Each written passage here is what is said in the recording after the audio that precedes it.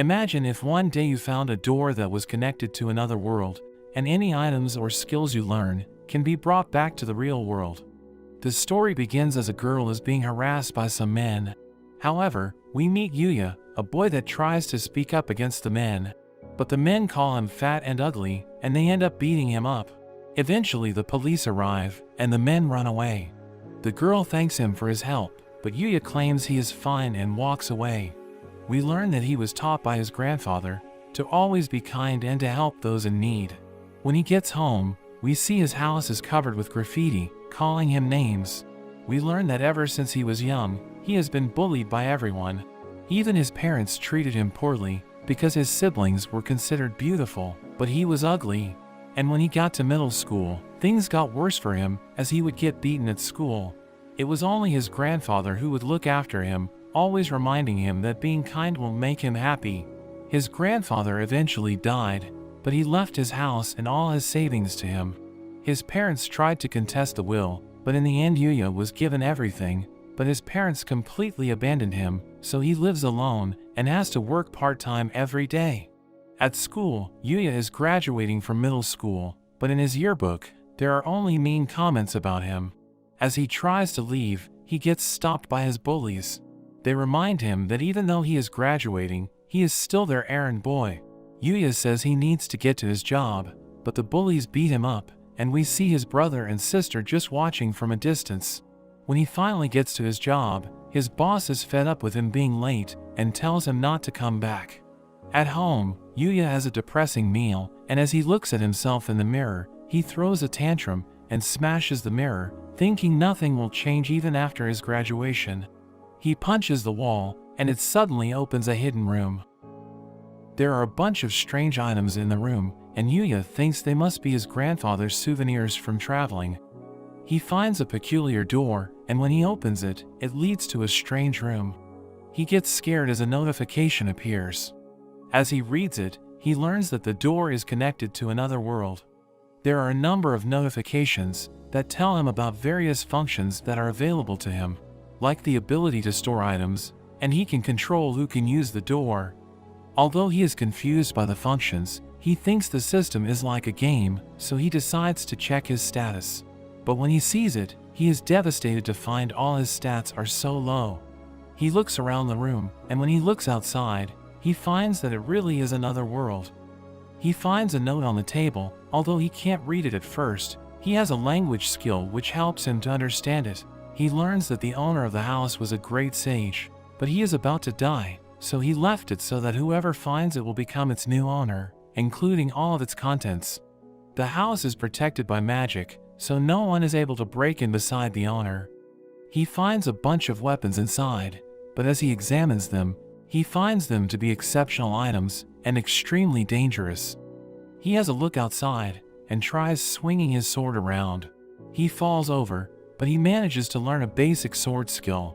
Thinking it could be useful, Yūya trains with each of the weapons, finding that they are all god-tier items, and he gains a number of skills. Despite this, his stats still remain at level 1, and he wonders how to increase it. He puts the weapons away into his storage, but there is suddenly a monster that attacks. Yūya is terrified, but soon realizes that his house is protected. The monster is a level 300 bloody ogre, and it smashes against the magical wall. It grabs a tree, trying to use it to break in, but it doesn't work. Yūya thinks he should try fighting back, so he throws his spear, which goes right through the monster, and instantly kills it in one hit. The spear returns to him, and the monster disappears, dropping a number of items.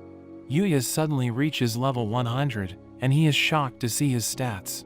After allocating all his points, Yūya decides to call it for the day, and when he tries to leave, he gets a cash-out option, which converts the items from the monster into money. Yūya is confused seeing this, but gladly accepts it. Later that night, Yūya goes through a change in his body, as it completely transforms. And when he wakes up, he finds his body is different, and his clothes no longer fit. He's not sure what is going on, and his mirror is still broken, so he decides to look for some clothes.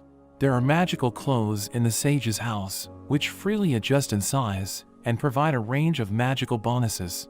Yūya wonders about the identity of the sage, and he looks around his garden. He is suddenly attacked by a level 200 slime monster, but this time, Yūya calmly brings out his spear and easily destroys the monster. It drops some coffee slime and even a rare necklace, which has the ability to restore his magic power. He levels up again, gaining a presence detection skill, and he is already at level 150. He tries some of the coffee slime, and it's actually quite good. He decides to use some of the money he has made to buy a new uniform, ordering it to be ready for the start of high school. After that, he spent every day in the other world, and he starts to enjoy himself, even forgetting his depression. He would train and learn as much as possible about the other world. An elite goblin attacks his house, but Yūya has become completely different, skillfully fighting against it, and even using a skill to destroy the goblin. Time flies and the start of high school arrives, and everyone is immediately drawn by him. Even his siblings seem to be in awe. In class, he is approached by his bullies, but they don't recognize him, thinking he is a transfer student. When he tells them he is Yūya, everyone is shocked, and they don't believe him. When he goes to the bathroom, he is completely shocked to see himself for the first time since his transformation. After class, he is approached by his brother and sister, wondering what he did to change so drastically, calling him a loser, but there is suddenly a limo that stops, and the girl he saved is looking for him. He wonders who she is, and she reminds him how he saved her, and Yūya wonders how she knows his name. She admits she looked into him because she wanted to thank him, and she introduces herself as Kaori. She wonders if he would like to join the Osei Academy, and Yūya recognizes it as an academy for the super elite. We learn that Kaori is on the student council, and her father is the chairman of the academy. Yūya is flattered by the offer, but thinks he isn't smart enough to join such an academy. His brother interrupts, asking to join the academy, and saying that they are superior to Yūya in both academics and sports. But Kaori refuses, because they are insulting Yūya when he is her hero, and she reveals that she has already looked into them and knows all about their nefarious behavior against Yūya. She goes on to tell Yūya that their academy emphasizes personality rather than just academics, so it would be no problem for him to enroll. Her attendant suggests showing him the academy, so she pulls him away, and they head off, while his siblings can't believe what happened. They arrive at the academy, and it's a famous school filled with students that excel. He meets with the chairman Tsukasa, who thanks him for saving his daughter. Yūya says it wasn't a big deal, but Kaori says he was the only one that helped her. Tsukasa invites him to join the school, even offering to pay his tuition as thanks for helping his daughter. But Yūya is hesitant, thinking he won't fit in, because only geniuses are normally accepted. Tsukasa says that geniuses are just normal people that have found the right way to work hard and use less time, but Yūya thinks they are gifted with talent. Tsukasa tells him that everyone has their own talents, and through challenges and having fun, he will eventually learn what his talents are, saying that he is still young. He suggests Yūya to try out the school for a day. A teacher named Sawada enters, and Tsukasa introduces her as a renowned scientist, but her classes are popular and easy to understand. Yūya prepares for his first class, and worries he isn't over his head, but he thinks that things couldn't be worse than at his normal school. He gets called in, and he introduces himself, but all the students appear stunned. He worries about what they think of him, but they are all actually stunned by how handsome he looks. He takes a seat at the back, and he shares a book with the girl next to him, but she is a bit cold toward him, and he worries that she already hates him. Kaori wonders if Yūya will fit in his class, and as the class goes on, he actually finds the class pretty normal, except the students are much more active and engaged. During their break, a bunch of students try to get to know him, asking questions like if he is an idol and if he has a girlfriend. A student named Rio stops them from harassing him, and he takes Yūya to the cafeteria to get some lunch. Yūya is amazed seeing the menu, and it's all free, so Yūya thinks it's like a dream. They sit with another student named Shingo. They start talking about anime, and Yūya is surprised they are just like him. As he eats, he notices that everyone is looking at him, and he thinks it's because he is wearing a different uniform. Shingo asks him if he is in any clubs, but Yūya says he is not a part of any. Rio is also not in a club, but it's because he is good at all kinds of sport and has trouble picking just one. Shingo reveals he is part of the gaming club, and Yūya is surprised there are allowed consoles at school, but Shingo says it's fine as long as they don't play during class, and as they talk about video games, Yūya becomes more comfortable with them. At the end of the day, he meets with Tsukasa and admits that he had a good time, and Yūya decides he wants to join the school. As he leaves the room, he runs into Kaori, who wonders if he is joining the school. He tells her his decision, and she is glad he decided to stay. She invites him to join her after school, and they check out some shops in a popular area.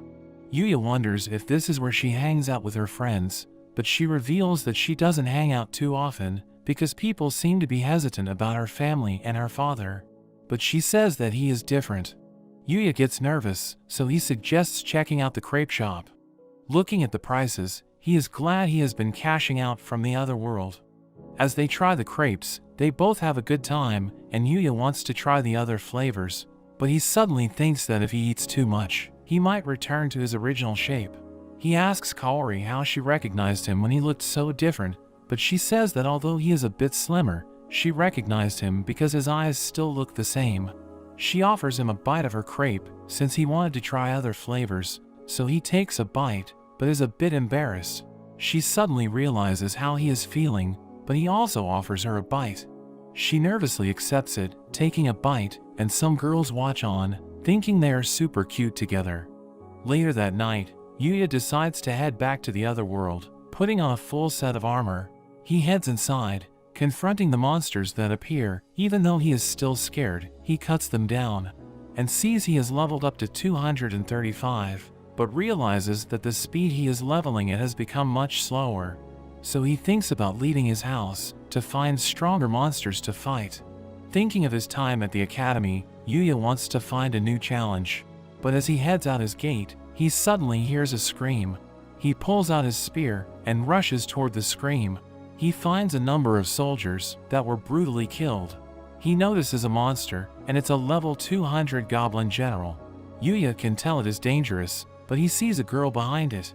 He throws his spear at it, but the goblin deflects it. However, in that moment, Yūya comes crashing down with his foot, and the goblin is defeated. He turns toward the girl, but she calls out to him because there is another goblin behind him. He gets blown away, and he can tell that it is both stronger and faster than him. But Yūya doesn't give up, thinking he has other strengths. He uses his spear to vault over the goblin, and he switches to his bow, launching a barrage of arrows. He then switches again to his sword, and splits the goblin in half. He checks up on the girl, wondering about the other humans in this world, but she ends up fainting, and he hears some men approaching, so he uses an invisibility skill to avoid them. There are knights that come looking for the girl, and we learn she is a princess named Lexia. Back at his house, Yūya thinks about the encounter, wondering if the girl was okay. But since there were knights that appeared to help her, he thinks she should be okay. Looking at his shirt, he thinks that he should try buying some new clothes, since he has made some money from the other world. We see a mall, and as Yūya walks around, people stare at him, thinking he must be some kind of actor or model. His shirt is enchanted to stay clean, but he thinks he should buy some other clothes, so he doesn't always look the same. Meanwhile, we see a director yelling at another man. The man is the manager for a model named Sho, but Sho hasn't turned up for their shoot. The manager gets a call from Sho, and learns he is on his way. But the director gets mad, because Sho isn't respecting the time of everyone there, who are all ready for the shoot. Especially Miyu, their other model who has been waiting all morning. The theme of the photo shoot is focused around being a couple, so it's impossible to shoot it without him. The director thinks about what they should do, and since everyone is waiting around to start, he decides to look for a replacement within the mall. As Yūya shops around, he is overwhelmed by the number of choices. He is approached by some girls, and he worries it's a sales tactic. They ask to know more about him, and even offer to help him shop. He doesn't want them to feel bad, so he turns them down as politely as possible. The girls are left stunned, and they start freaking out over him, but Yūya wonders if he dealt with them in the right way. The director struggles to find a replacement, but tells his assistant they can't give up. They pass by Yūya, and the director instantly thinks he is the one. Yūya gets approached, and the director explains their situation to him. Yūya is nervous to do it, but he thinks about all the people who are counting on him, and he ends up agreeing to be their model. He acts as the boyfriend for their shoot, taking photos in a range of different outfits and positions. The director tells him to look sexier, but Yūya struggles with the direction. But Miyu tells him he is doing well for his first time, and Yūya is captured by her looks. She thanks him for saving them, but Yūya notices her getting closer to him. The director notes that Yūya is looking kind of stiff. They move to their next location, and Yūya is impressed at Miyu for being such a pro, even though they are around the same age, so he is determined to give it his best. But Miyu grabs onto him for the next shot, and he panics as she pushes up against him. The director tells her to get even closer, so she puts her arms around him and pushes up even closer, which makes Yūya even more embarrassed, and a crowd starts to watch them. Meanwhile, in the other world, we see Princess Lexia as she thinks about how she was saved. She decides to head out, and her knight wonders where she is going. She says she is heading back to the dark forest to find the person who saved her, but her knight says it's impossible for someone to be living out in that forest. But Lexia insists she was saved by someone and must thank the person who saved her. Her knight warns her of the dangers of going back, but she tells them they are all going to join her this time, and they wonder who she inherited such reckless behavior from. Back at the mall, the shoot is over, and Yūya is exhausted. Miyu thanks him once again, and Yūya suddenly chokes on his drink. Miyu offers him her handkerchief, but Yūya worries because he is sweaty, but he can't use his sleeve either, because the clothes aren't his. Yūya thinks about his experience modeling, and thinks Miyu is amazing at it, but Miyu says she has just gotten used to it, mentioning how she used to make lots of mistakes when she was still new. He thinks about how it's his first time wearing such fashionable clothes, because he never had the chance in his past. He wonders why she started modeling, and she says she just wanted to be noticed, because her parents were always too busy to spend time with her, and then after she started getting some fans, she continued because she had people cheering her along, and she liked that she could bring happiness to the people that saw her. She tells him he can also do it, saying he should take it at his own pace, and reminds him to just enjoy all the moments along the way. As they chat, the director takes a bunch of candid pictures of them, but at that moment, shows suddenly arise, and the crowd is excited to see him. He approaches Miyu, saying they can get on with their shoot. He pushes her up against the wall, wanting to ask her out for drinks, but Yūya can see she is uncomfortable. He interrupts them, and Sho wonders who he is. Sho tries to punch him, but Yūya throws him away. Everyone is shocked, and Yūya thinks about how slow the punch felt. He worries about causing a scene, thinking he will be in trouble for beating up such a good-looking guy, but the crowd cheers for him, thinking he is so cool. Sho wonders how he lost, even though he does boxing. The director tells him to leave, because they caught everything in 4K. Sho runs off, and Miyu thanks him for his help, revealing that Sho has been following her around, and she didn't know what to do about it. But the director says that Sho's behavior has always been bad, and with this, he is unlikely to work again. He wonders if Yūya is interested in doing more modeling. Yūya thanks him for giving him the opportunity to work with so many professionals, but he thinks he isn't good enough to do the job properly, so he ultimately turns them down. The director respects his decision, and they end up giving him all the clothes from the shoot as thanks for his help, because they weren't able to pay him since he is just an amateur. Yūya thinks having the experience was enough, but the director says it's only natural to be compensated for work, especially since he was the one who saved them, so Yūya accepts it. Miyu hopes to work with him again in the future, and they wish him good luck. In their car afterwards, the director thinks it's a shame that Yūya didn't want to continue, knowing he would have been a star. Looking back at the photos, Miyu thinks about how different Yūya was, and the director can see her turning red, so he teases her about having a thing for him. Yūya organizes his wardrobe, packing all of his new clothes, and we see that his photo has gotten around. The agencies wonder who he could be, and we see a woman who is desperate to sign him, ordering her associate to find him before any other agencies get to him. Seeing how he was able to stand up next to Miyu when he is just an amateur, she is determined not to let him get away. Meanwhile, in the other world, we see Lexia's knights fighting against some goblins. The knights are struggling, and there is suddenly a goblin that appears behind her, but the goblin is defeated, as Yūya makes his appearance. They are shocked to see him, and Yūya effortlessly slays the goblins.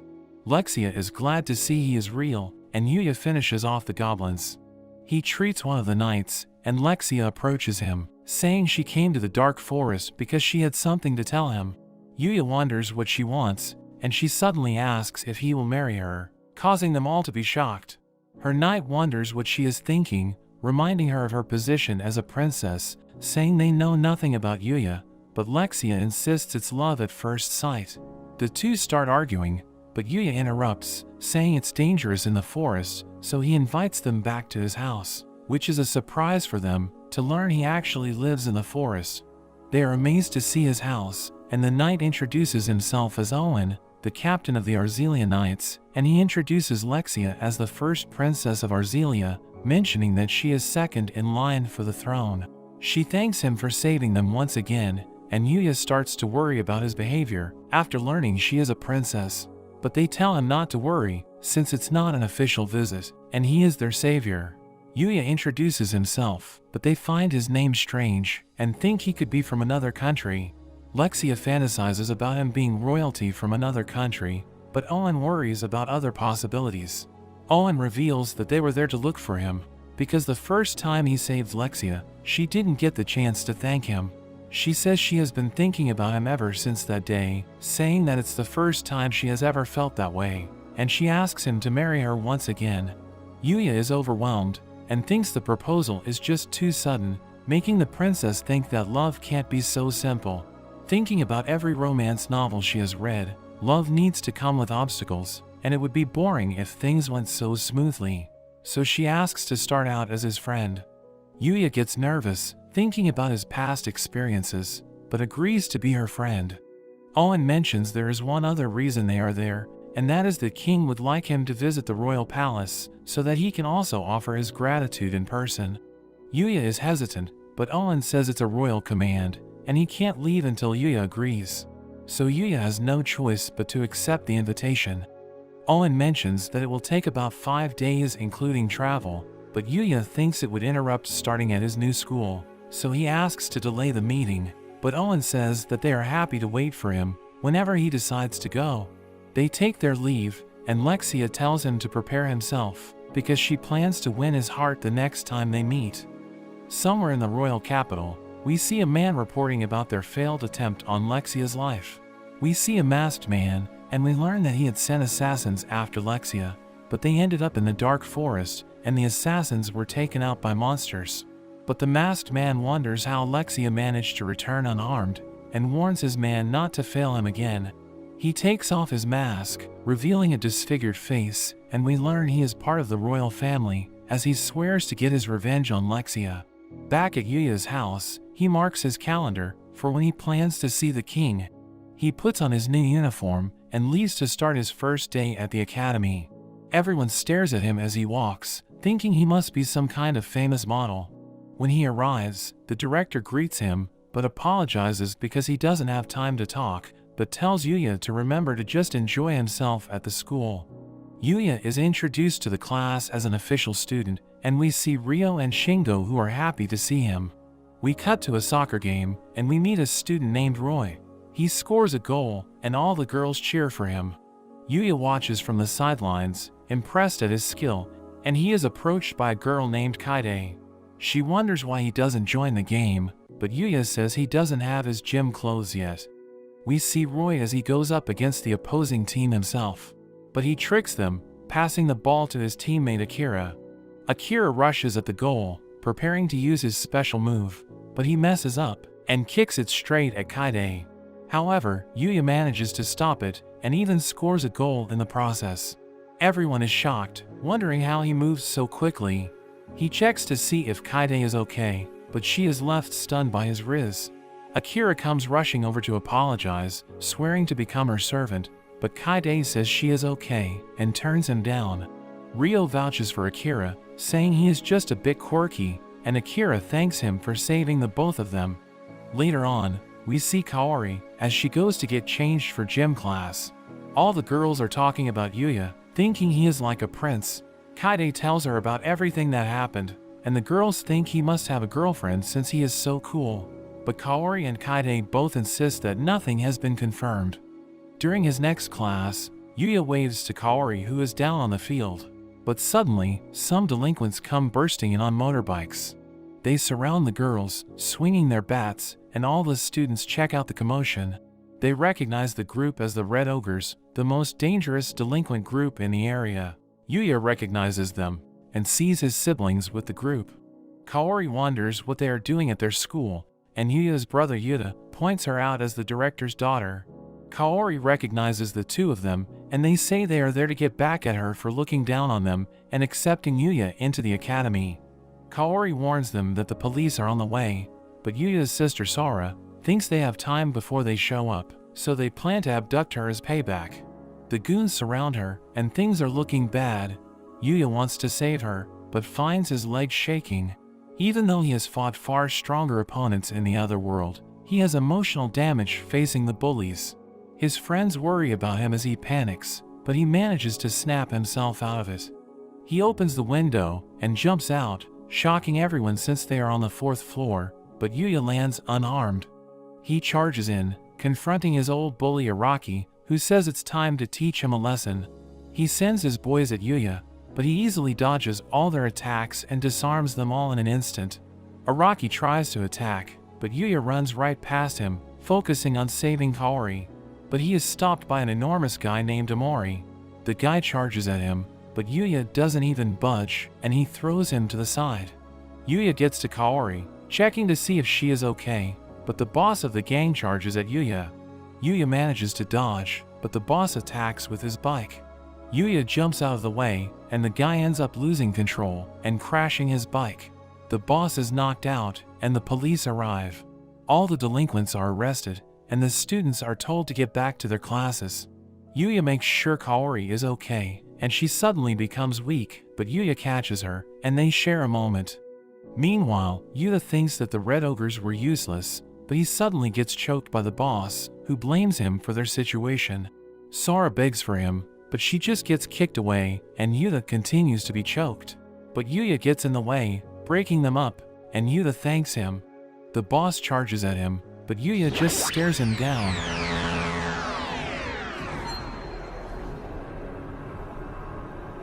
The students wonder what happened, but everything settles down, and Yuta wonders why he saved him, but Yūya says that even though they have been terrible to him, they are still his family, so he couldn't just abandon them. His brother is moved to tears, and they beg for his forgiveness, apologizing for everything they have ever done. He is joined by his friends, and he apologizes for the trouble that occurred because of him, but they are all amazed by him, wondering how he could jump out the window. Yūya goes to do some exploring in the other world, but remembers a warning from Owen, telling him that the Dark Forest is considered the most dangerous region in the lands, with monsters so strong that they would easily be able to destroy a city, so Yūya wonders about the sage who used to own the house. He explores deeper into the forest, looking for stronger monsters to face, when he suddenly hears a cry, and sees a puppy being attacked by an orc. The puppy glows with a dark energy, but it's too weak to fight. Yūya watches from a distance, and sees that the orc is a level 600 orc king, with over 20,000 attack. Yūya thinks he doesn't stand a chance, so he gives up on saving it, but the orc continues beating the dog, stomping on its body.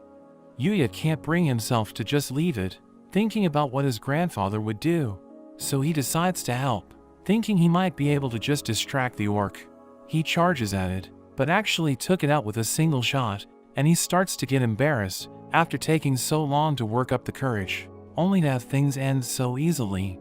But he thinks back to the ogre he defeated when he was still at level 1, and he starts to wonder about the sage who created such insane weapons. He checks on the dog, but it growls at him. He offers it a potion, but it ends up passing out.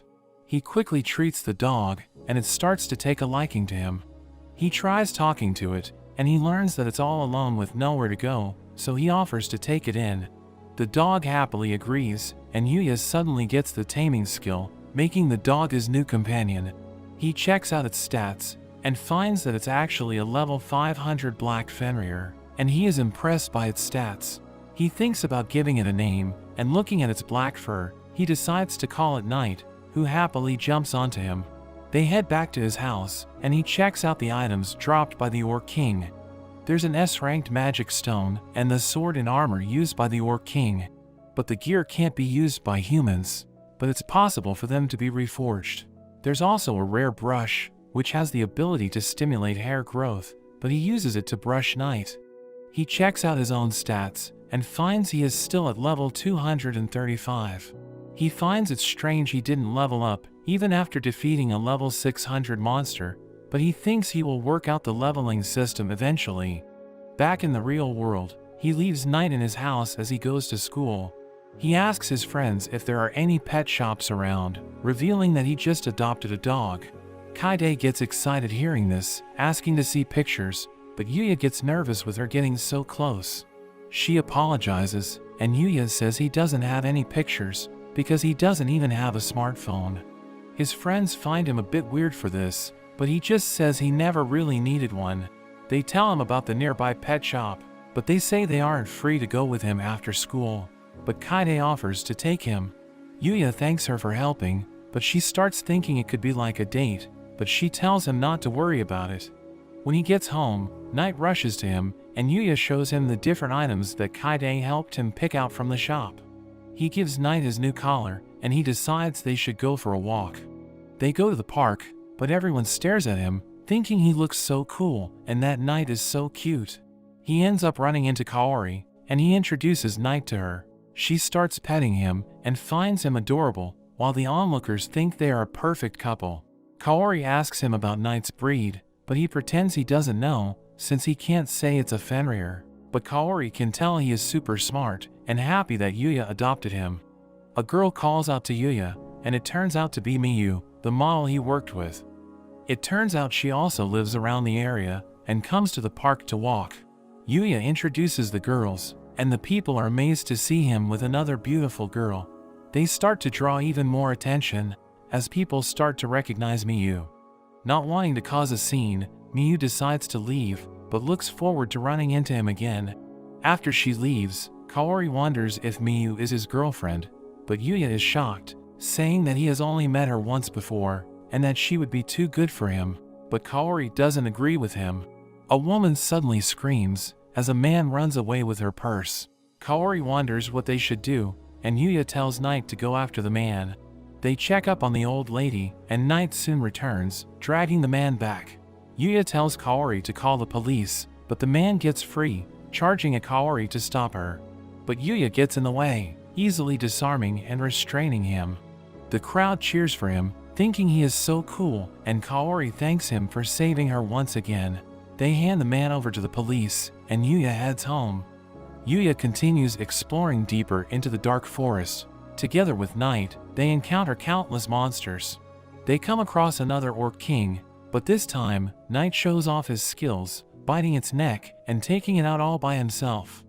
As they continue, they come across a crystal deer, which is at level 630. Yūya observes it while invisible, and sees that it has an impressive magic stat. He wonders how he should approach it, but it suddenly detects him, even through his invisibility, so he has no time to think. It charges at them, so the two split up.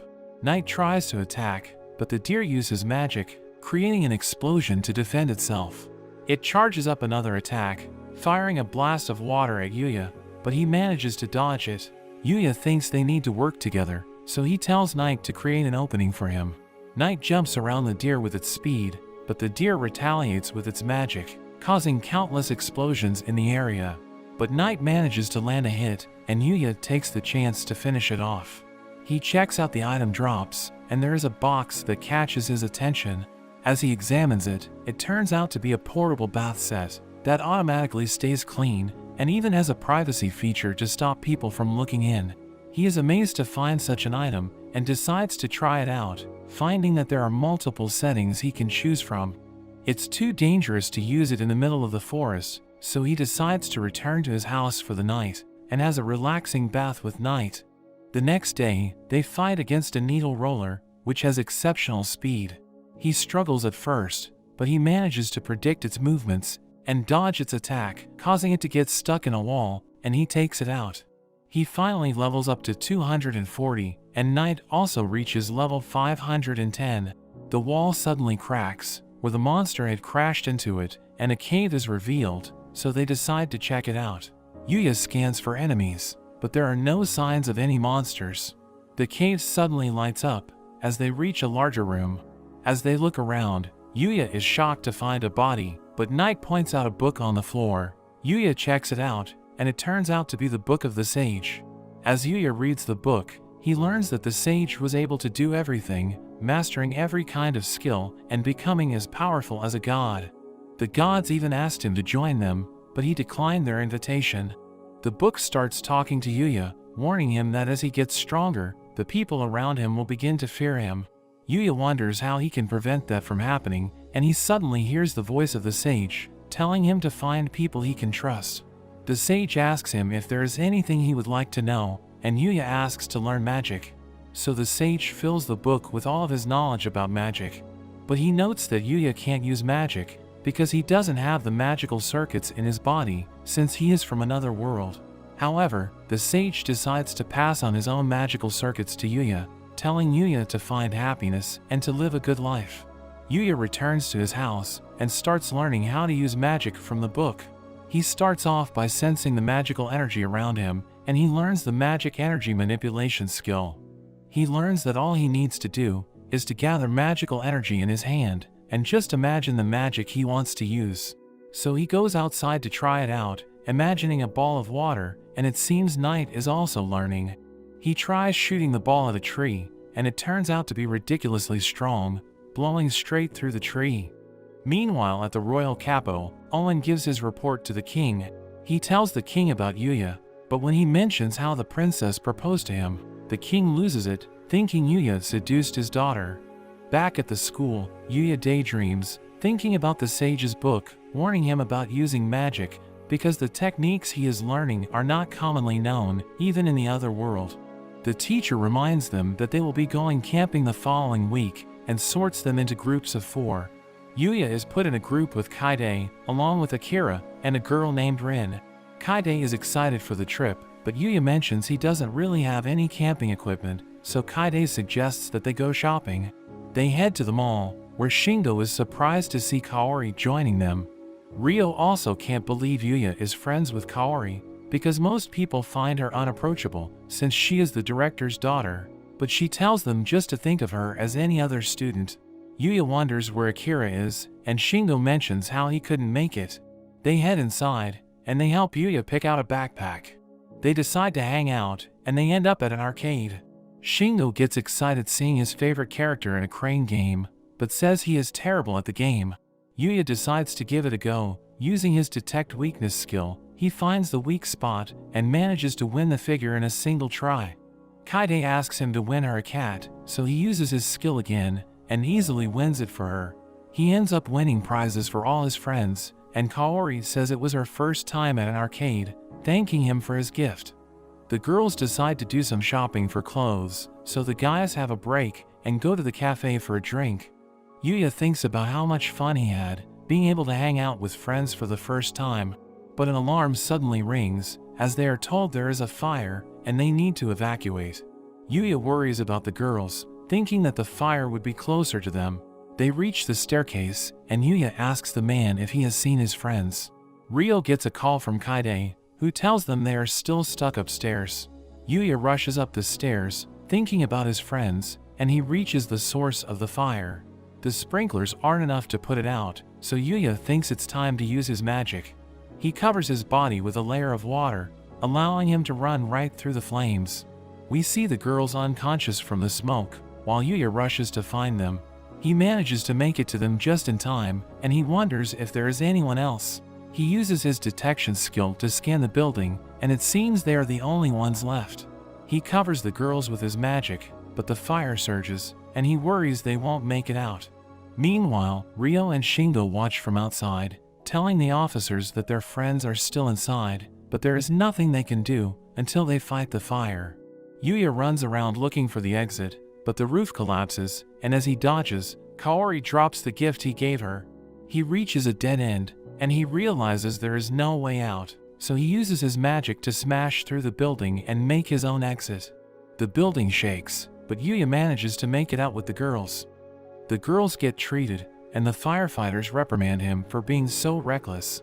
Kaori's father arrives, thanking him for saving his daughter again, and Yūya returns the otter pin he picked up.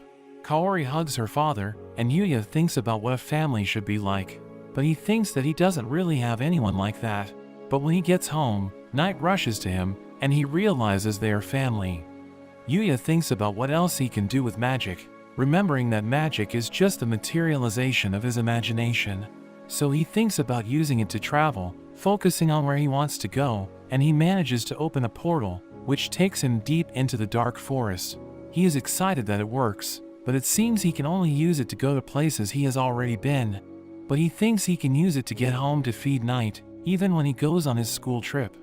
They take the chance to do some more exploring, and they discover a cave, which happens to contain some goblins. But using his legendary sword, they are no match for him, and they find a whole bunch of rare items, storing them all away with his storage skill, and he thinks that his teamwork with Night is improving. They leave the cave, and Yūya thinks they should call it for the day, but Night gets sad, wanting to continue. Yūya says he needs to get back so that he can prepare for his school trip, but Night suddenly runs off.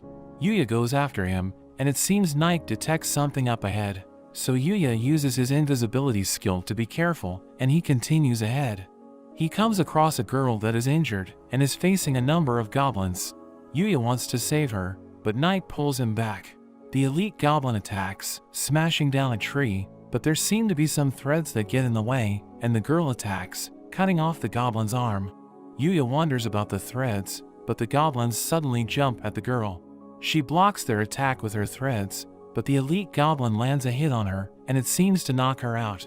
As the goblin approaches her, Yūya emerges, and together with Night, they take out the goblins. But there are suddenly countless other goblins that appear, so Yūya decides to use his divine whip, which binds all of the goblins, crushing them all in a single attack. And he thinks it's just too overpowered, because it can attack multiple targets at once, and it can never miss.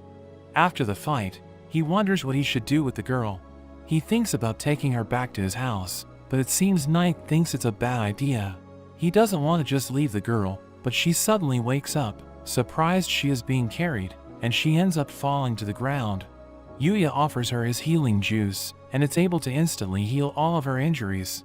The girl is surprised how effective it was, and wonders who he is. So Yūya introduces himself, as well as Night, but Night is hostile towards her, and Yūya wonders why. We learn that the girl's name is Luna, and she says she was training in the forest, but she was surprised by the elite goblin, and ended up getting into trouble.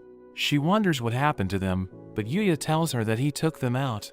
She asks what he is doing in the forest, and he ends up saying that he was also training. But the girl is surprised to hear this for some reason. Since Yūya was the one who carried her to safety, Luna apologizes to him for being so filthy and covered with sweat, but Yūya says it's okay. She wonders if there is a river nearby where she can rinse off, but Yūya brings out his bath. He keeps watch outside, and Luna can't believe he has such a rare item. Yūya mentions how he got it from a crystal deer, and Luna is impressed he could defeat such a monster. Yūya thinks it's normal for the dark forest, but Luna reveals she is actually there on a client's request, although Yūya doesn't hear this. Luna asks him to accompany her with her training. Since they are both training in the forest, she wants to train with him. Yūya feels bad about leaving her to train alone, so he ends up agreeing to join her. After that, we see them training together, as Yūya helps her practice, but she also teaches him as well. They both manage to get stronger, and we see Luna as she takes out a goblin with her threads. Yūya compliments her for beating an elite, but she says she still has a long way to go, saying she needs to get even stronger so she can complete her mission. Yūya tells her he has to go, trying to explain that he has a school trip, but it doesn't really make sense to her, so he just apologizes, but she thanks him for all his help. After the last day of training, Yūya relaxes with a bath, but Luna suddenly joins him, wanting to share it with him. Yūya gets embarrassed, but Luna grabs onto him, telling him how much the time with him has meant to her, and saying that she will treasure it. She thanks him once again, offering to wash his back, but her towel suddenly drops, and Yūya becomes embarrassed. His class heads off on their school trip, and we see Yūya playing cards with his friends. Kaide thinks he looks tired, and Yūya admits he didn't get much sleep the previous night. Yūya wins the game, and they can't believe he just won 5 times in a row. But Yūya thinks the game should just be luck. Yūya decides to take a nap, and he thinks that he kept winning because he put a lot of points into his luck stat, thinking that the incident with Luna could have also been because of his luck. Yūya is woken up as they arrive at their destination. The students get changed, and their teacher explains that they have to go camping for 2 days and must find a way to survive off the land, telling them that there are fish in the river and plants that they could eat. Kaide worries that the plants could be poisonous, but Sawada tells them the school doctor is on standby, although the students find her creepy because they always hear screams coming from her office. Akira thinks they could just go without food for a day, but Sawada says it's all a part of their lesson, mentioning that it's a competition between the classes. Yūya wonders if there is a reward for the winners, but Sawada reveals it affects her bonus, so she tells them to do their best, but the students are not impressed. The students are left in the forest, and Yūya wonders what they should do first. Akira thinks it will be easy to survive, but the other 3 just ignore him, thinking he is a fool. Rin suggests that Yūya and Kaide try fishing, while she and Akira look for some edible plants. We see that all the students are by the river, and Kaide thinks they were too slow. They see Rio by the water, and he warns them that all the good spots are already gone. Kaide wonders if they should try something else, but Yūya uses his detection skill and manages to find another spot. There are lots of fish in the area, but Kaide thinks the water is too shallow, so their fishing pole won't be effective. But Yūya has another plan, and he gets into the water. He thinks that compared to the monsters in the dark forest, the fish are not as fast. He thinks about what he learned from Luna, about how to predict a monster's behavior, and he manages to catch a fish with his hand. Kaide is impressed seeing this, and Yūya continues to catch all the fish. The other students think he is crazy, and Kaide thinks he has caught too many. Yūya admits he got carried away, and he thinks about thanking Luna for her advice. Meanwhile, in the dark part of a town, we see a shop filled with puppets. Luna uses her thread, cutting off all their heads, and she notes that her power has improved.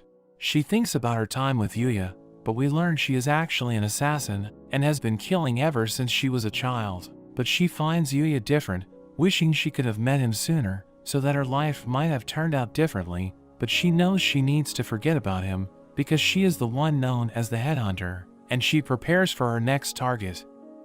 Yūya and Kaide meet back up with Rin, showing her their haul, and she is surprised to hear Yūya caught all the fish with just his hands. Yūya wonders what happened to Akira, who is down on the ground, and he complains that Rin used him to test mushrooms to see if they were poisonous, and used him as a decoy to lure away bears. Yūya gets worried for him, checking his stats to see if he was poisoned, but is relieved to see he is okay.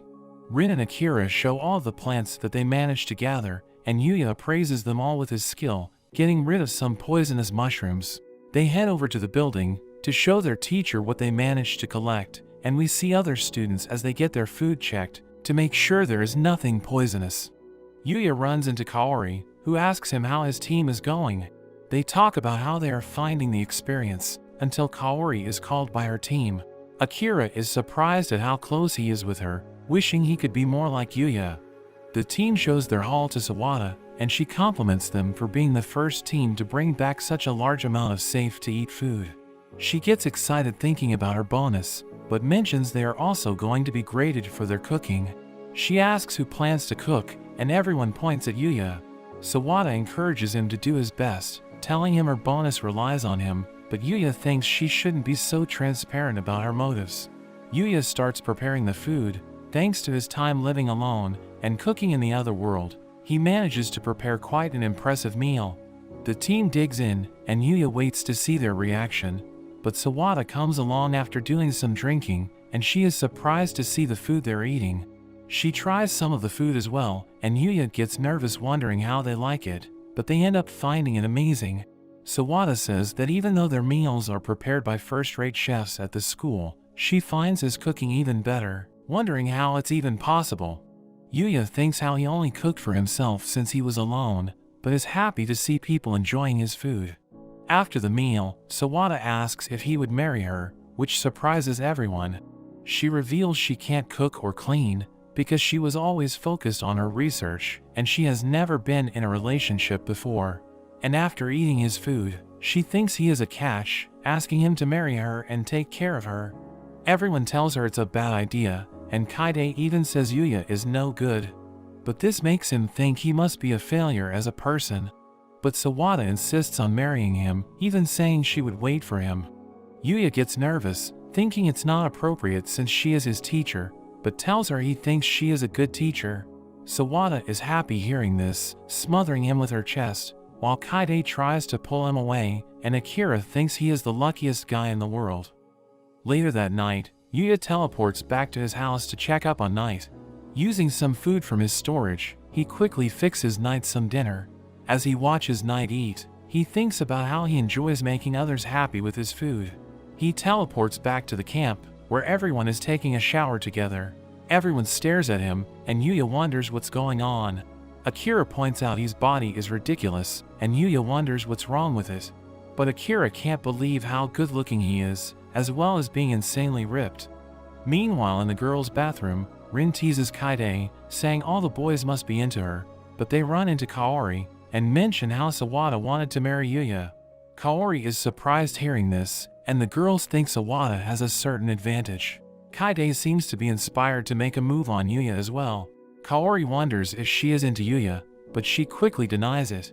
Rin thinks she is too obvious, but Kaori wonders about Yuya's preference in girls. The next morning, some of the students find their belongings trashed, wondering if it might have been a thief. Akira has a worried look, while Yūya checks that all their belongings are still there.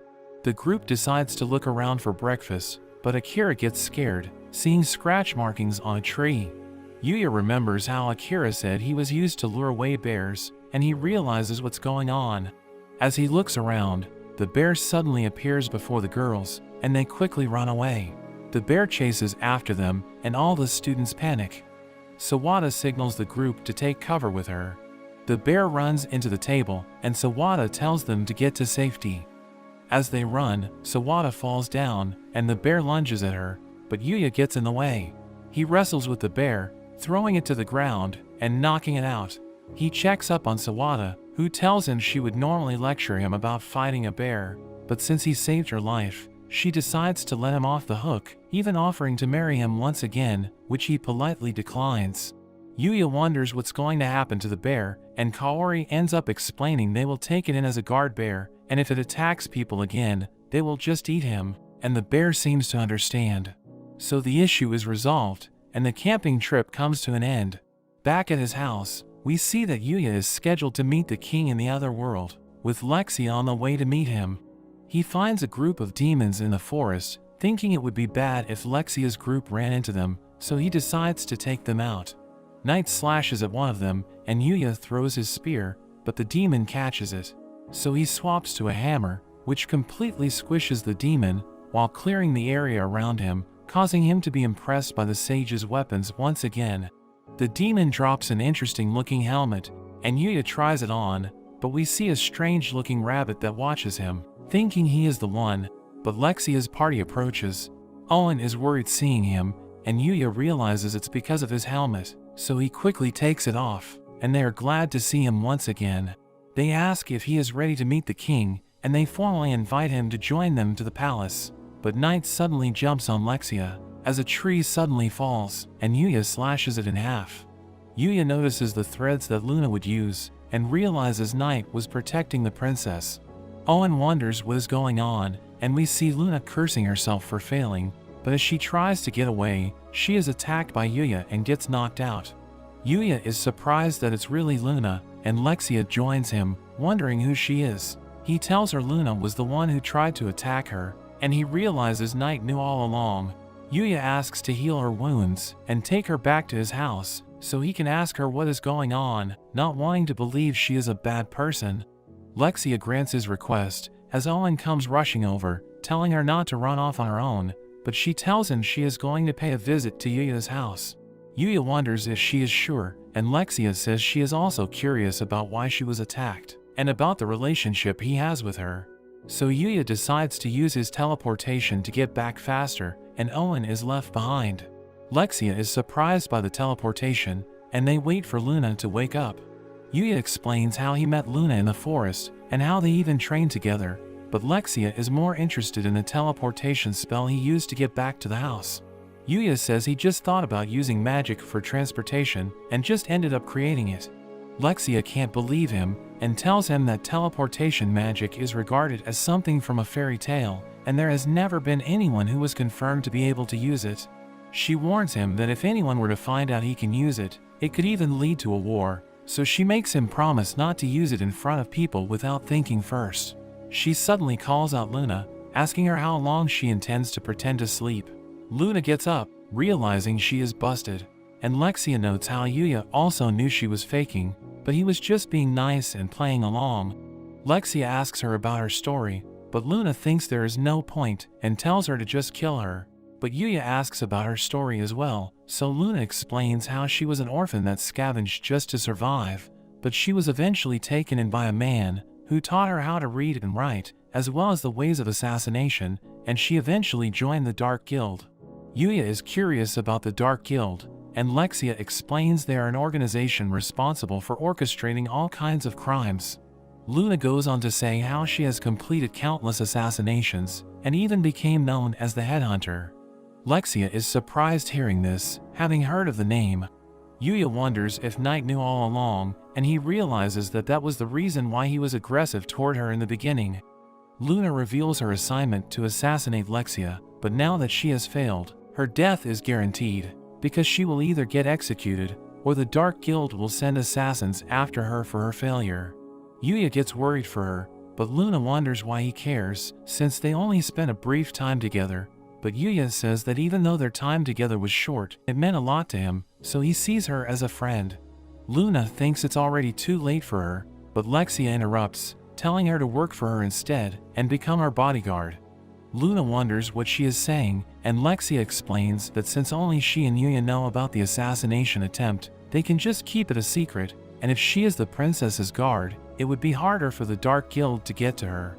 Luna thinks she is insane, saying she is a criminal, thinking of all the people she has killed, and that her hands are stained with blood. But Lexia tells her she has pretty hands, wondering how they are so soft, and she says it was thanks to Yūya's bath. She continues to decline, but Lexia tells her off, saying that since she failed to kill her, she is the loser, and must now follow her orders, and Luna has no choice but to accept the job. Meanwhile, we see Owen as he and his soldiers are running away from goblins. His men can't keep going, so they are forced to retreat, and leave Lexia's protection up to Yūya. Luna can't believe how things turned out, thinking Lexia is a tyrant, but as her first order, she demands to hear more about Yūya's bath. So Luna explains that Yūya has a rare bath item that can create a bath anywhere, and helps with recovering from fatigue, but it also has positive effects on beauty. Lexia thinks it sounds incredible, demanding to use it as well. She decides to take a bath with Luna, inviting Yūya to join them as well, but he nervously declines, and she calls it a shame. The girls enjoy the bath together, finding it relaxing, but Lexia suddenly asks if Luna likes Yūya, and Luna says they are just friends. Lexia says she can tell she likes him, but Luna denies it, telling her she is imagining things. So Lexia tells her plan to marry him, and Luna objects to the idea. Lexia points out she shouldn't have a problem if they were just friends, and Luna isn't sure how she feels. But Lexia suddenly issues her a declaration of war, saying she is definitely in love with Yūya, so they will bow over him, and she will be the winner if she can marry Yūya. Luna is confused hearing this, but thinking about Yūya getting taken away, she accepts the vow, wanting Yūya for herself, and Lexia declares that from that moment, Luna will be both her guard and her rival. After their bath, Yūya thinks they should make some dinner. Lexia offers to cook, but she struggles trying to cut a single potato, even losing her knife, and almost causing an accident, so Yūya ends up cooking the meal instead. The girls find the food delicious, and Lexia compliments him, but Luna gets jealous seeing this, and asks Yūya to feed her, saying that she has trouble moving because her wounds aren't fully healed. Yūya thinks about how hard he hit her, so he agrees with the request. But as she eats it, she smirks at Lexia, who also gets jealous, and demands to be fed as well. Yūya says she isn't injured, but Lexia uses her authority as princess to command him, and he has no choice but to comply. At night, The girls sleep together, and Yūya is exhausted, but thinks it was a good time. The next day, they meet back up with Owen and his men, and Yūya apologizes for leaving him behind. Owen wonders about their companions, and Yūya introduces Night once again. Owen thanks him for saving Lexia the previous day, and he goes on to wonder about Luna's identity. Lexia bluntly explains how she was an assassin that tried to kill her, but will now be working as her guard. Everyone is shocked hearing this, and Luna can't believe how quickly she revealed her secret. Owen immediately has her surrounded, but Lexia tells him to stand down. Owen refuses, saying she can't be trusted, but Lexia mentions how they slept together, so if Luna wanted to kill her, she would already be dead. Owen eventually gives in, but says they will keep an eye on her. Yūya suddenly interrupts, saying he can no longer go with them to the palace, since they spent an extra day back at the house. He doesn't have the time to make the trip, thinking he needs to go back to school. So Owen tells him to visit whenever he gets the chance, telling him he can follow the road to a village, where he should be able to get directions to the capital. Lexia says goodbye to him, telling him to visit soon, but Luna suddenly runs back to Yūya, giving him a kiss, and thanking him for everything he has done for her. Lexia is devastated, demanding to go back so she can also kiss him, but Owen just pretends not to hear her, and continues on their way. Yūya thinks about the kiss, wondering if she likes him, but he ends up taking a bath to relax. He suddenly realizes there is a strange creature that snuck in, and he gets a notification saying he has just tamed it.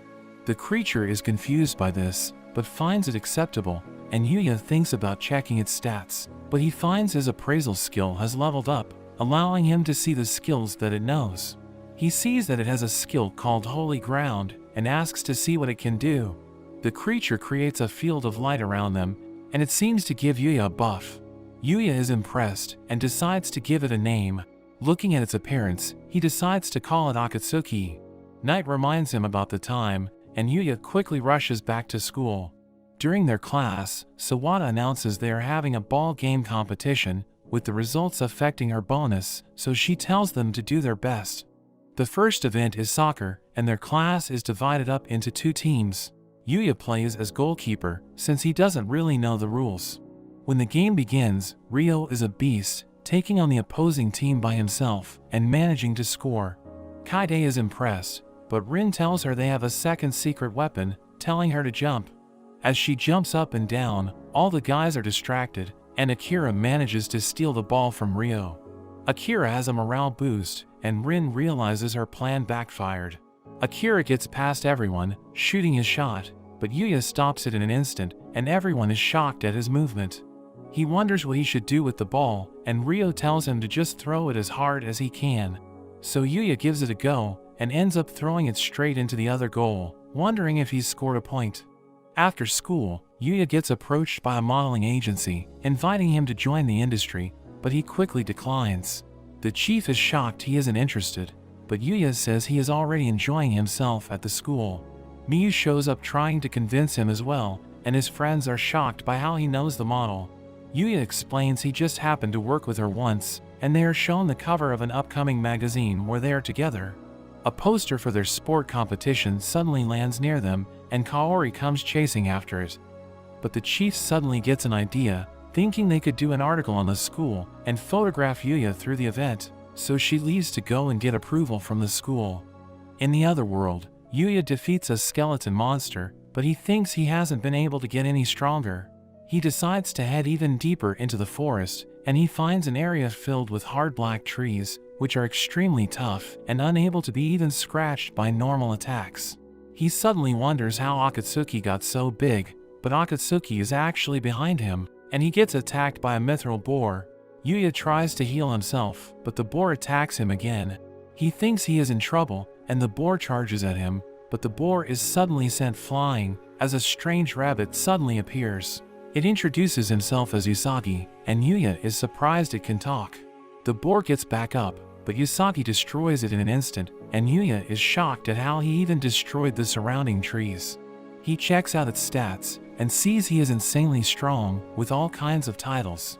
Yūya thanks him for his help, and the rabbit asks him to show him his kick. Yūya demonstrates his kick, and Usagi sees potential in him.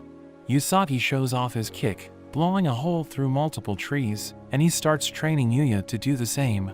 After a while, Yūya manages to destroy one of the trees, and he moves on to sparring with Usagi. Yūya wonders why he is being trained, and Usagi reveals it's because he wants him to be his successor. He explains that he is known as a divine, and it's his duty to pass on his techniques. He reveals that divine is a title given to those who have mastered a certain field, and he is the divine kicker. Their job is to protect the world from the vile, who are beings that are the manifestations of the negative aspects of the world. Yūya wonders if he has a choice in becoming his disciple, and Usagi tells him he can refuse, but he mentions the fight against the vile is inevitable, so they need as many allies as possible. Yūya prefers not to become a divine, but he thinks about how he wants to be able to protect Night and Akatsuki. Usagi decides to continue training him anyway, but asks to learn magic from him, since he is impressed by the barrier around his house, although Yūya thinks about how that was just the sage's work. But they come to a deal, where they will exchange knowledge. We see Yūya as he gets chased by a king mithril boar. Usagi thinks it's a good chance for Yūya to have a rematch. Yūya struggles against it, but using his kicks, and together with his whip, he manages to defeat it. Yūya celebrates his victory, and finds it dropped a number of SS ranked items. Usagi explains that there are triple S ranked and EX ranked monsters in the world, and the vile are even stronger at the legendary rank. Yūya suddenly gets a notification about evolving, and he suddenly starts to glow.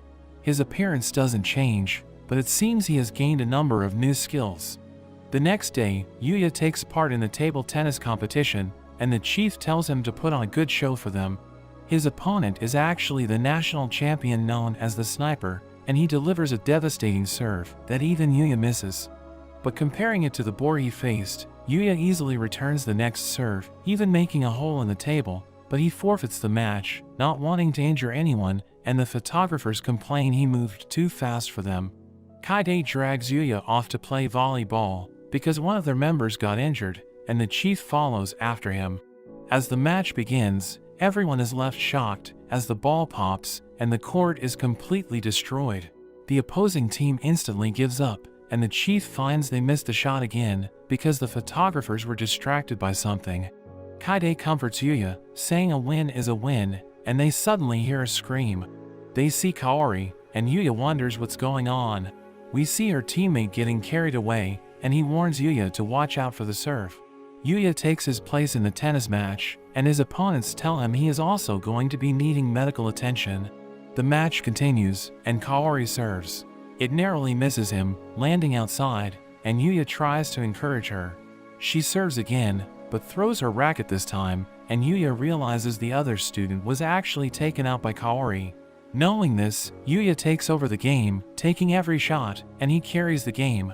Kaori tries to be helpful, but she ends up throwing her racket again, and almost falls, but Yūya catches her, and the chief is finally able to get a shot. At the end of the day, Kaori walks home with Yūya, thanking him for his help. She wants to treat him to some food, but Yūya says he is just happy being with her, so there is no need to thank him, but Kaori ends up kissing him instead. Meanwhile, we see Usagi as he fights against one of the vile. Usagi defends himself with magic, and the girl finds this surprising because he shouldn't be able to use magic. He thanks Yūya for teaching him, and the girl reassesses her priorities, deciding Yūya is a greater threat, so she leaves to find him and deal with him first. The agency chief looks over their next issue, and she is happy with all the photos of Yūya. She thinks about how well the magazine will sell, but her subordinate worries the other agencies will all be after Yūya once they see it. However, the chief isn't worried, and she seems to have a plan to make sure Yūya won't be able to refuse joining their agency. Back at Yuya's house, Yūya and Kaori study together. Yūya thanks her for helping him with his math, but she says it's no problem, since he has also been teaching her English, but Yūya just thanks his language comprehension skill that makes English easy for him to understand. In a flashback, we see the two walking home together, and we learn their exams are coming up. Yūya is worried about how he will do, and Kaori is surprised there is something he isn't good at, so she was the one who suggested they could study together. She meets Akatsuki for the first time, and she finds both his pets cute as they sleep. She asks to use the restroom, but after she leaves, Yūya wonders if she will be able to find it. Kaori ends up in front of the door to the other world, and Yūya comes after her. Kaori says she felt like she was being called by the door, and Yūya gets nervous. He explains that the door connects to another world, and he tells her to try putting her hand through the door. Her hand is stopped by a barrier, and Yūya explains that only people he allows can get through. Kaori wonders what the other world is like, and Yūya explains it's a world of monsters and magic, showing off how he can use magic. Kaori is amazed, and Yūya explains it was all thanks to the other world, where he learned skills which allowed him to deal with the delinquents that attacked the school and save everyone from the fire in the department store. Kaori finds it unbelievable, and Yūya offers to show her around in the other world. He takes her hand, and the two cross over to the other world. Kaori is surprised to see there really is another world, and Yūya tells her that both Night and Akatsuki come from this world. He explains Night is a Fenrir, which is like a wolf, and Akatsuki is kind of like a pig, but Akatsuki gets offended hearing this. Kaori's status window suddenly appears, and Yūya explains that ability in this world is represented by stats. He is surprised to see her starting stats are much higher than when he started, remembering how he only had 1 point in every stat. He explains how he leveled up in this world, and how his appearance completely changed because of it, so he feels as though he cheated, and he wouldn't have been accepted by everyone otherwise. But Kaori changes the topic, asking to see more of the world. Yūya mentions that it's dangerous outside the barrier of his house, but agrees to show her more some other time. She makes him pinky promise, and Yūya asks her to keep his secret, making her feel as though they share a special bond, and she starts to feel closer to him.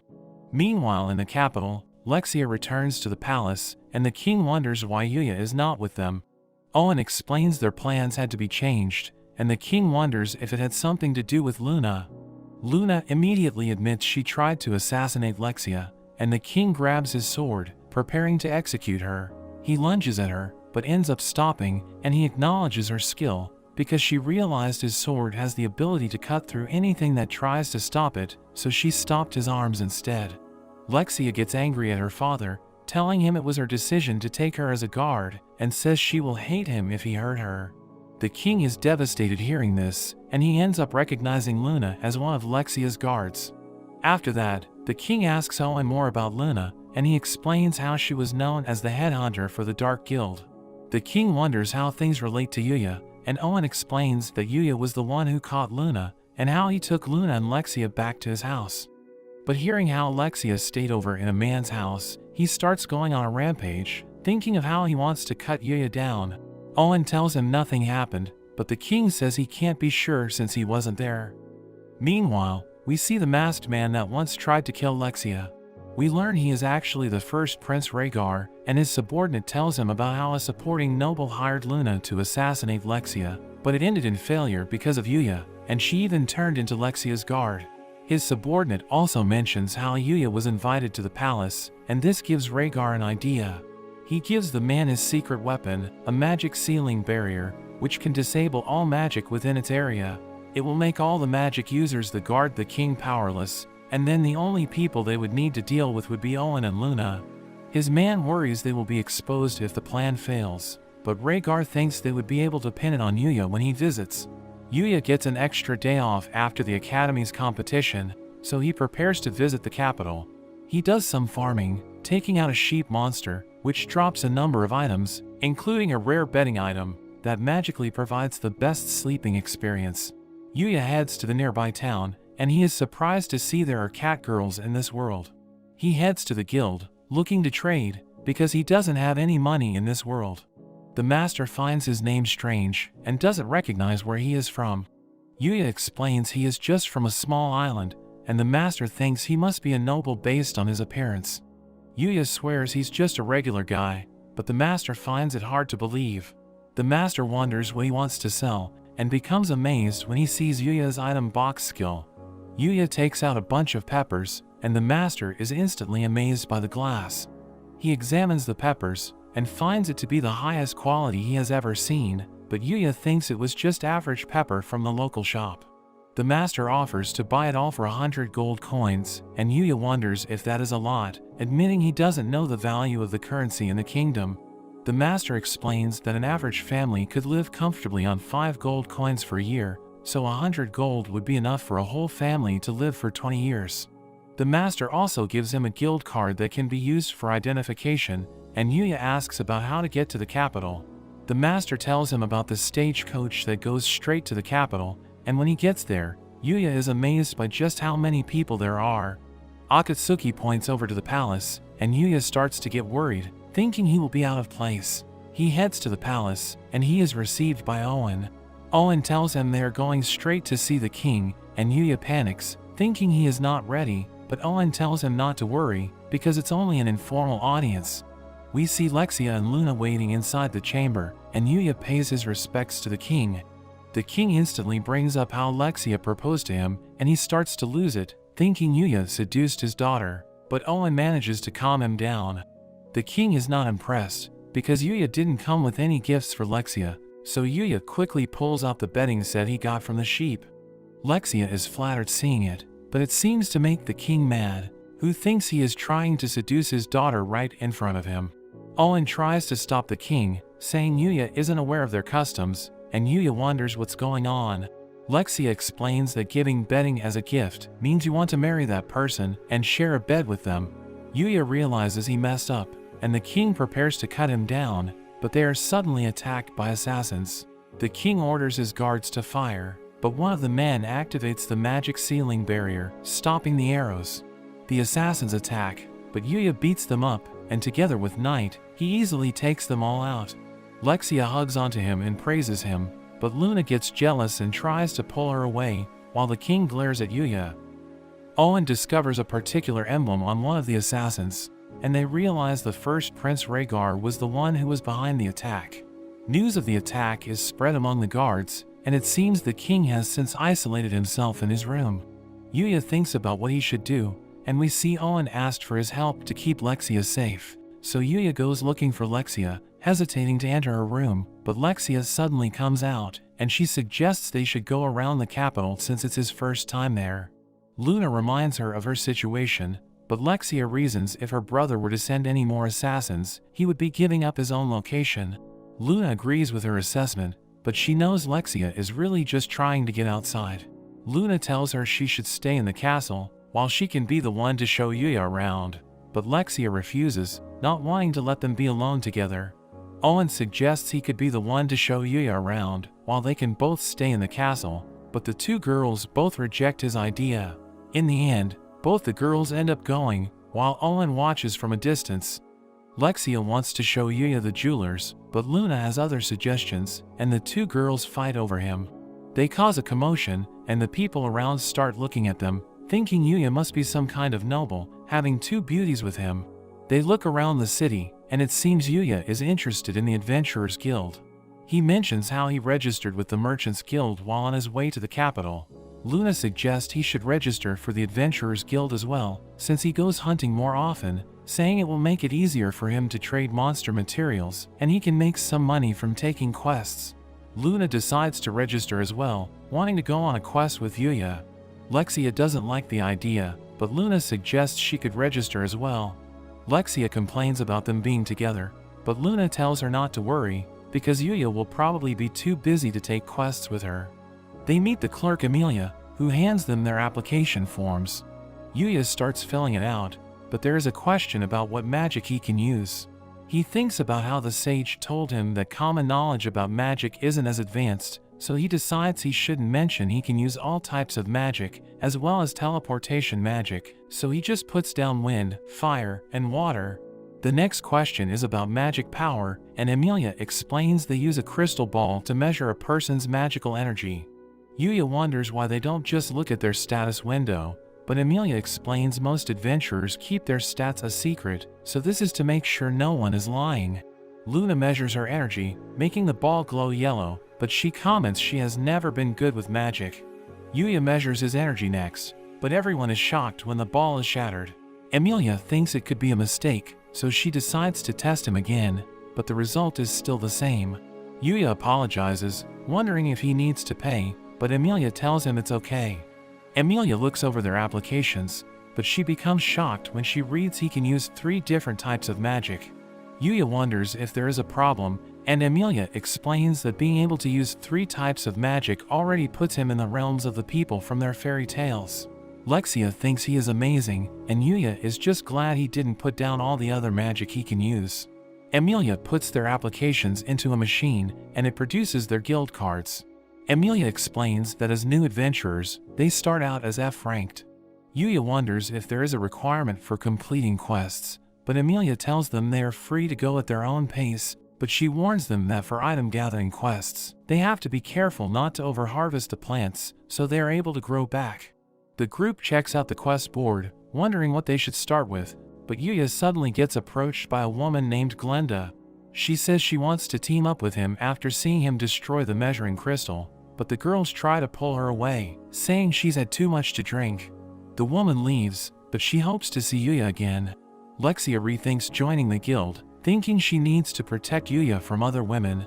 But Luna tells her to think about Owen, who already struggles to control her. They head out into the field, and their first quest is to gather some herbs. Yūya is surprised his discernment skill even gives him harvesting instructions. Luna finds it tough, trying not to damage its roots, and Lexia is just glad to get away from everything. She proposes a competition with Luna to see who can gather the more valuable herbs, and the winner gets to go on a date with Yūya for a whole day. But Owen reminds them not to overharvest the area. They all leave to start looking, and Yūya is left alone. He manages to find a mana healing plant, and Akatsuki tries to help him, but he just finds one that's extremely poisonous.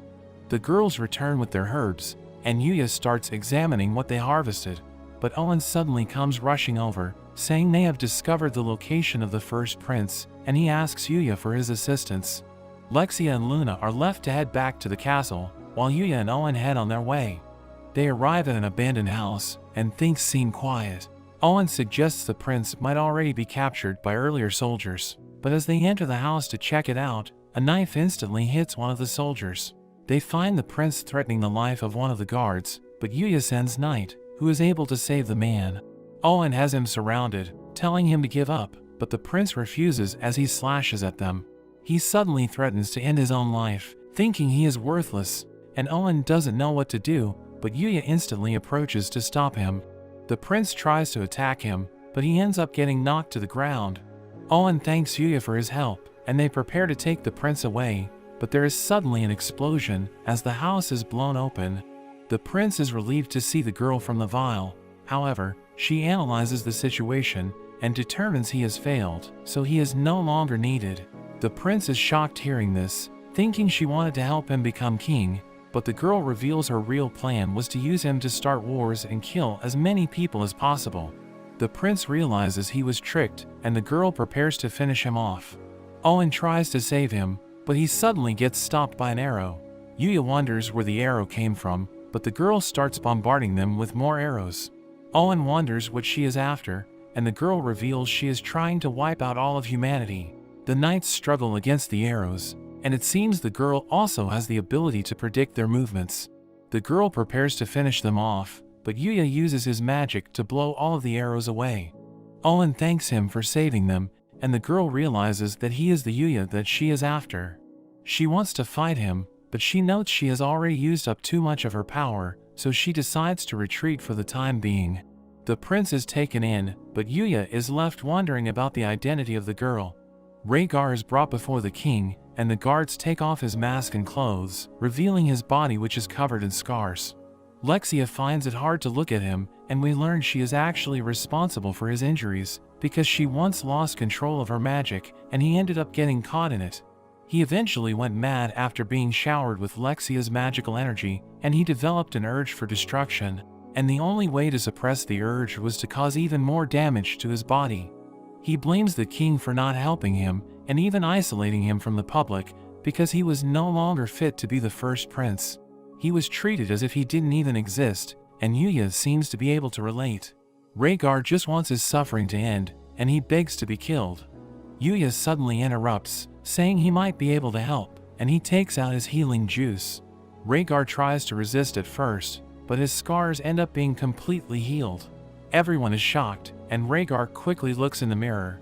He can't believe he is healed, and Yūya explains his juice is made from the cure-all herb. The king is shocked by this, because it is actually a legendary herb, and he thanks Yūya for using such a rare item to heal his son.